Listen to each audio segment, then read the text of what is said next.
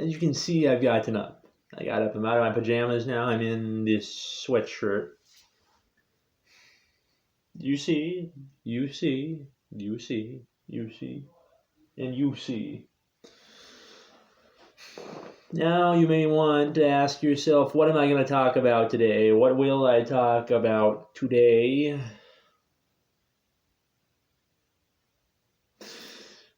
Let's get into oversaturation, not getting into things and getting things done. When I tried to speak at my graduation ceremony, like when I was in high school, I actually didn't apply. As I thought if I did and I made it, I would not be able to do it at the college ceremony, which would only be 2 years later for me. Only 2 years later. So now here I sit. I also did not apply for the biggest awards at graduation. I didn't really apply for a lot of things at graduation because I figured 2 years later I'm going to want to do something later. And there we have other concepts. We have not applying for ceremonies so that I can get into other ceremonies.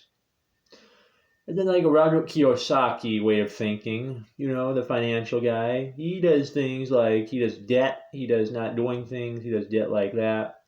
His debt can be good if your debt somehow generates revenue. It's a lot of out of the box thinking. The box.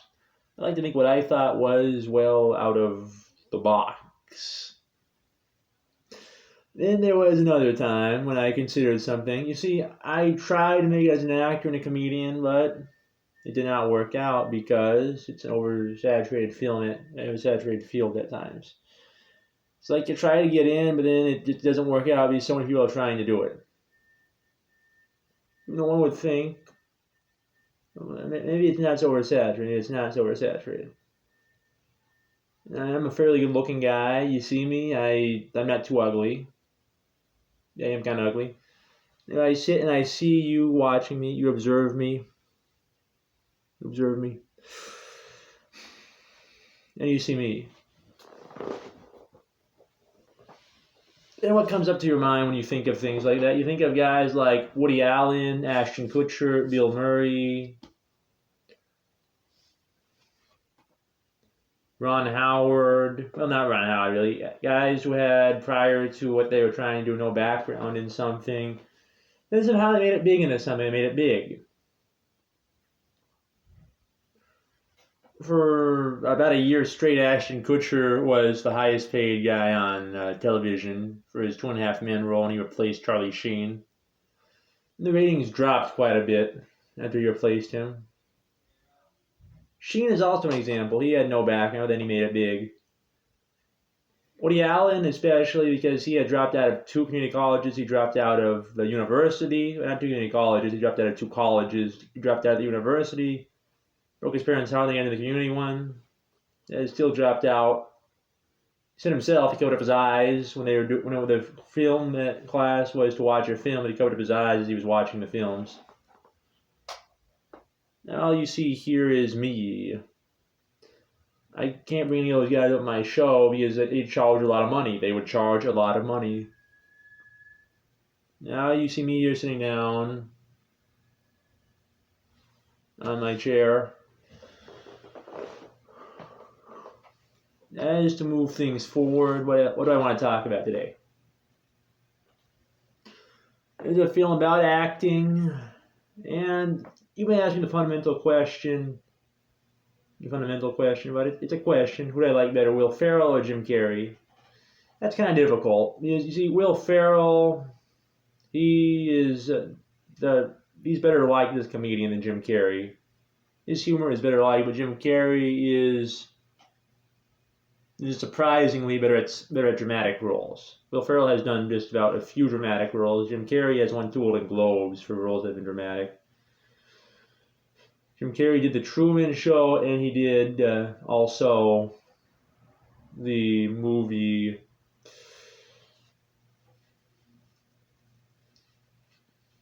where he was Andy Kaufman, and he was running around and whatnot. He did that role also. Will Ferrell just did Stranger Than Fiction. That brings me to like this concept called the dramatic acting pocket knife. That is when one just acts dramatically for, and you don't expect them to have that capability. It's surprising. And it's Jim Carrey. He does some dramatic acting sometimes. He has done it before. He's done dramatic acting before. Someone is going to complain to me later about how I'm talking because there are no walls here. The walls are pretty unsturdy.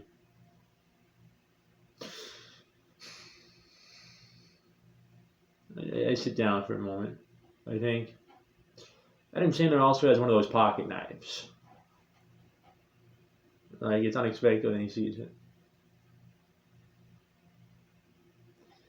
Coming full circle, what have I discussed so far? I've discussed the dramatic acting pocket knife, my high school graduation, how I'm not making it as an actor so far, and how some bad things are not happening to me. And you may ask my name. My name is Clarence Ramsey. I'm Clarence Ramsey. I have a cold. It's a comedy film, not so much. Not so much. And I'm blowing my nose in front of you. You may find that to be kind of rude. Hey, what other choice do I have? Could I just move away and not blow my nose? You'd miss a show. Imagine a comedian was going to get on stage and they didn't blow their nose at all. They just stood there, things falling out of their nose. Then they blew their nose and went away to blow their nose. I need to be mad. But then again, are they supposed to take like extra allergy medicine before they get on stage? What are they supposed to do?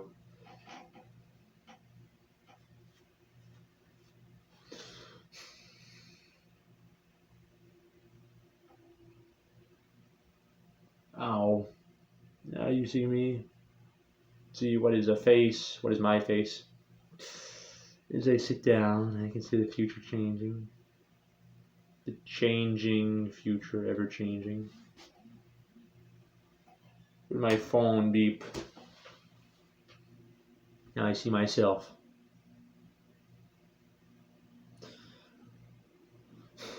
I really wish I could make it to like the acting profession. I wish I could be like Bruce Willis. He's also one of the dropout guys, or Jason Bateman. All you see here is me.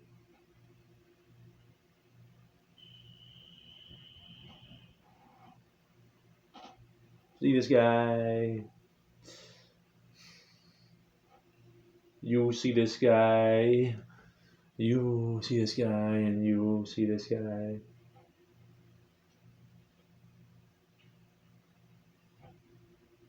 Only talk to this guy.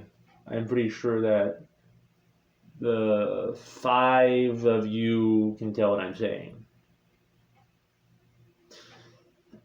Now, you may think, as of now, that has been a pretty jagged conversation I've given you. I've just talked about things that have made me seem upset as it goes. But I'll tell you something else, though. I'll tell you something else.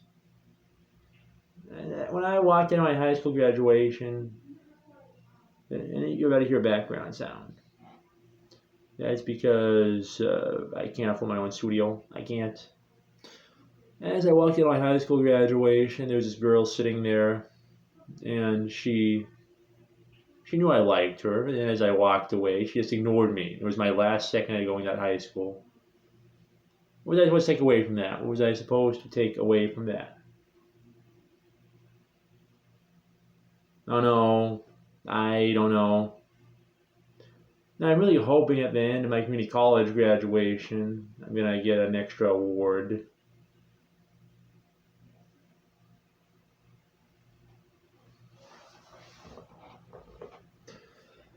You see now is this guy.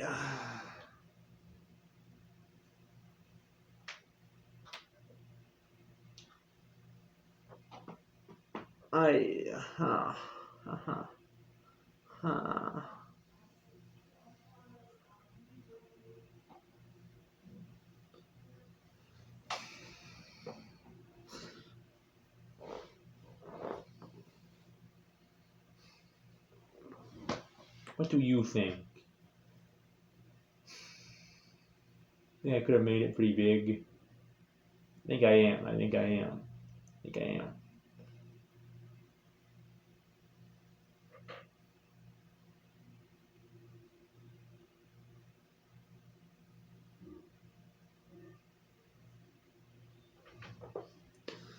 As I walked out the door, she just sat there and she just sat there.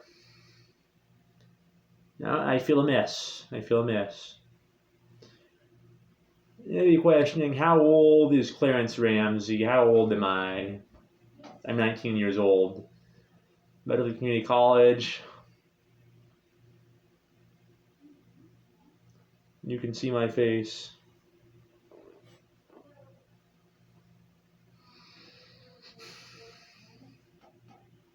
Can't believe she walked out on me. Can't believe it. What a. I can't say what I thought of her on air. People would find offensive. I can do that. I can sit here and I can try my best to look in the mirror. I will do my best. I won't try my best. I'll do my best. I'm not trying. I'm doing. Now you see this. You see this face. Now you see less of it. It's when I'm sitting down like this that I remember that the dragon from Shrek used to be a princess. That can't a theory just be that the Fiona got cursed becoming an ogre because her father used to be a frog, like in Shrek? I mean, how hard is that to theorize? Fiona is an ogre now, used to be human. And that curse was because a man who was turned into a human used to be a frog. The ogres aren't all that hard to look at. They look like they're half frog, half human. Right.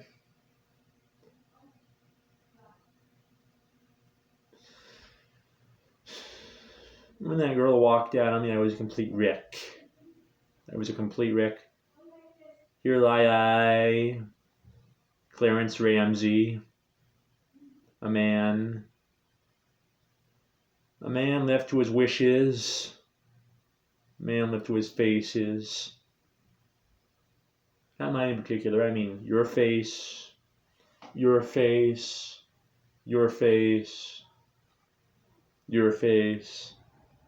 this face. I'm left to my faces. That is also a difficult thing in English. It's like I'm saying my faces.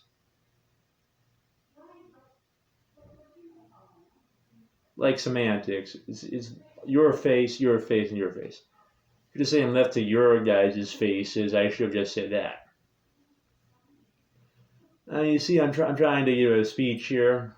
All I can really think about is that girl. Now she walked out, and what would have been? Probably divorce and alimony. See, I remember that Dave Chappelle movie, where he said that he had that friend who went to law school, who was one of the smartest guys, and he got divorced in law school, then he had to leave law school, and he ended up becoming a shoe clerk. That's what Dave Chappelle said. There were 2.5 Men, the whole concept of 2.5 Men,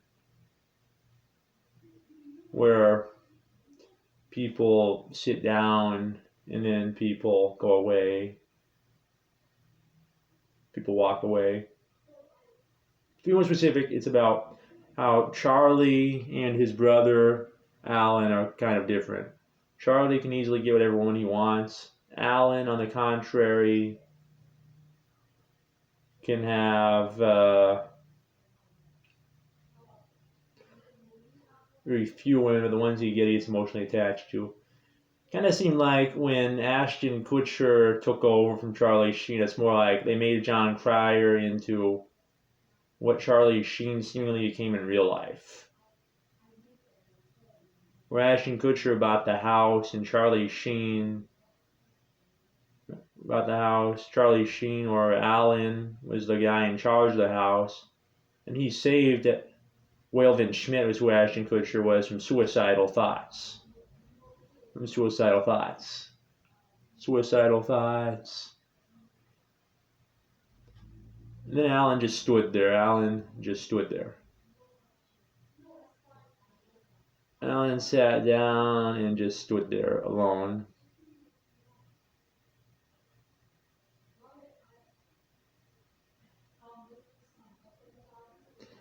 Well, I'm remembering men who were left by their women and women who were left by their men in movies and shows like that. Like I know the mentality of a man, which is getting emotionally involved can result in emotional damage. That's a risk. The trick is to hold back an amount of emotional involvement. It's a trick. Clarence Ramsey, I am Clarence Ramsey. It's probably to make that clear. That's who I am. I'm Clarence Ramsey. Here's my neck.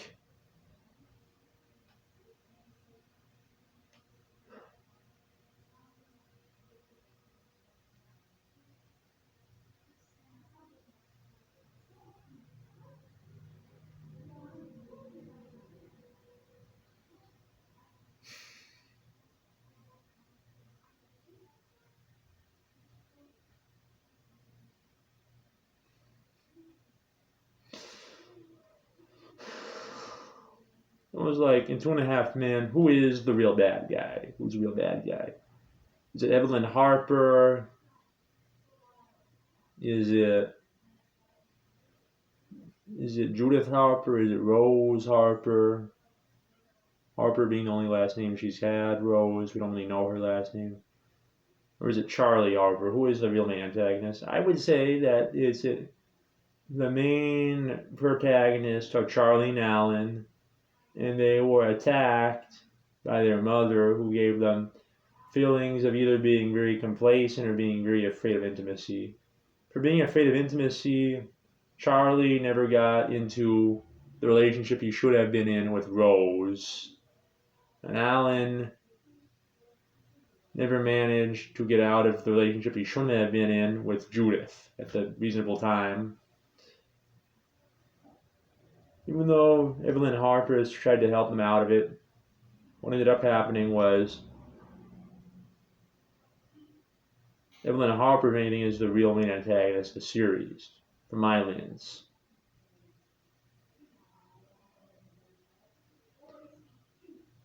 What am I, a drama professor? No, I'm trying to graduate community college. I'm trying to make it as an actor. I'm not even a wash-up yet. Somehow I'm a wash-up. If I could have made it in high school, I'm kind of a wash-up. I sit here and I look in the mirror, look at myself, try to keep myself in good standing. You see a guy, you see me. See a guy, you see me.